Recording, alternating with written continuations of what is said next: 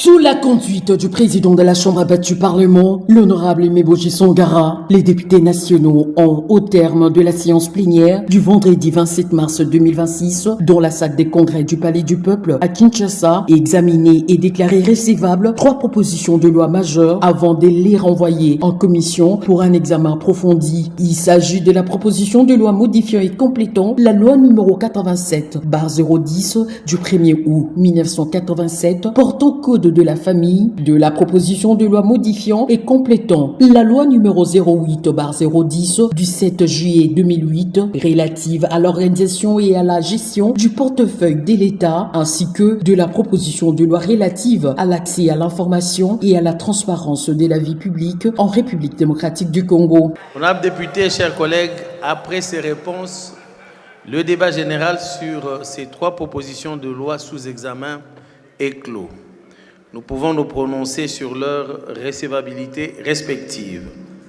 Nous commençons par la proposition de loi modifiant et complétant la loi numéro 87-010 du 1er août 1987 portant code de la famille tel que modifié et complété à ce jour. Qui sont pour sa recevabilité? Qui sont contre? Qui s'abstiennent?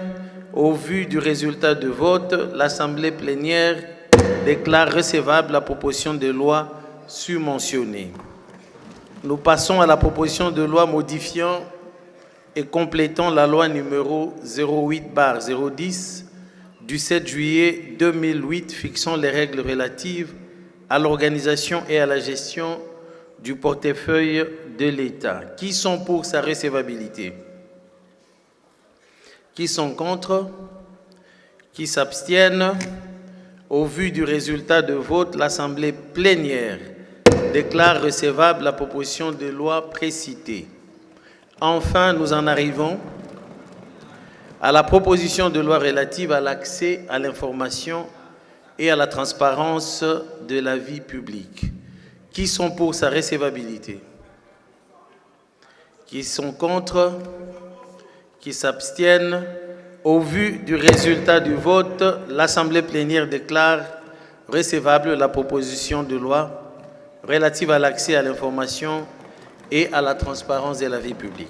Avant d'aborder le fond de dossier ayant conduit à l'adoption de ces 3 propositions de loi, le président de l'Assemblée nationale, Meboji Songara, a accordé la parole tour à tour aux initiateurs pour la présentation de leur texte législatif. Pour la première proposition de loi, son initiateur, le député national Augustin Mulumba, a, dans son exposé, mis en avant l'importance de l'identité et de l'état civil comme outil stratégique de planification nationale. Selon lui, une meilleure maîtrise de ces données permettrait d'optimiser les politiques publiques dans des secteurs clés tels que la santé, l'éducation, l'habitat, l'accès à l'eau, l'emploi et l'agriculture. S'agissant du deuxième texte législatif, son auteur, le député national Jean-Pierre Passisa-Pambam, élu de Popocabaka, a expliqué que la réforme qu'il a apportée dans la loi sur l'organisation et la gestion du portefeuille de l'État vise notamment à redéfinir le critère de nomination de mandataires publics, encadrer leur prise de fonction, renforcer les obligations de déclaration de patrimoine auprès de la Cour de compte,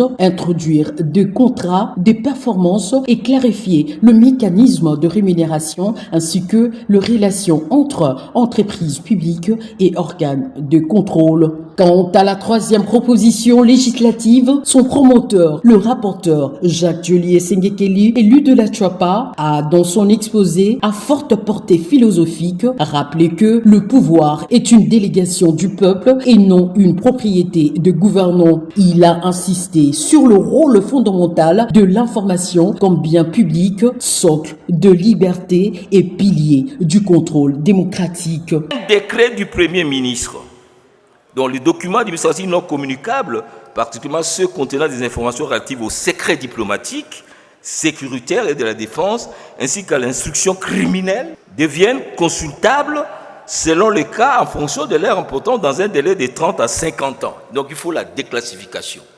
Alors, nous disons, un décret du Premier ministre, délibéré en Conseil des ministres, après avis conforme de la commission, détermine la classification des documents administratifs non communicables. Il fixe également pour chaque document donc, les délais de l'expiration. Donc cette question est prise en charge par les règlements et on est dans le domaine des règlements. On ne fait pas des lois parce que la matière est sensible. On fait la loi parce que la matière est du domaine de la loi ou du domaine constitutionnel. À l'issue de présentation, le président de l'Assemblée nationale a ouvert le débat général. Plusieurs députés, dont Meshak Mandefou, Prosper Tunda, Tade Katembo, Ron Roger Bimoala et Steve Mbikaï, ont salué ces initiatives tout en recommandant leur examen approfondi en commission. Au terme des échanges, les 3 propositions de loi ont été jugées recevables et orientées comme suit. À la commission mixte politique administrative et juridique PAJ, socioculturelle et de suivi de loi, la proposition relative au code de la famille à la commission ECOFIN, la réforme du portefeuille de l'État à la commission mixte PAJ, aménagement du territoire et de Antique, la proposition de loi sur l'accès à l'information. Les commissions disposent d'un délai de 10 jours pour examiner ces textes avant de les renvoyer à la plénière pour leur adoption. La plénière de ce vendredi 27 mars a enregistré la participation de 267 députés ainsi que de membres du bureau, notamment Isaac Jean-Claude Chilumbaï Moussaou, Christophe Mbosso Kodiampwanga, Clotilde Moutita, Chimène Polipoli et Grace Nehema. Par ailleurs, une motion d'information a été soulevée par la députée nationale Perside Nzouzi Oumba, dénonçant des actes de violence commis sur une femme ayant récemment subi une fausse couche dans un établissement hospitalier. Elle a condamné ces faits avec fermeté et a appelé à l'ouverture d'une enquête nationale sur les violences faites aux femmes dans les structures de santé. La séance s'est clôturée après plusieurs autres motions d'information dans un climat marqué par une forte mobilisation des élus.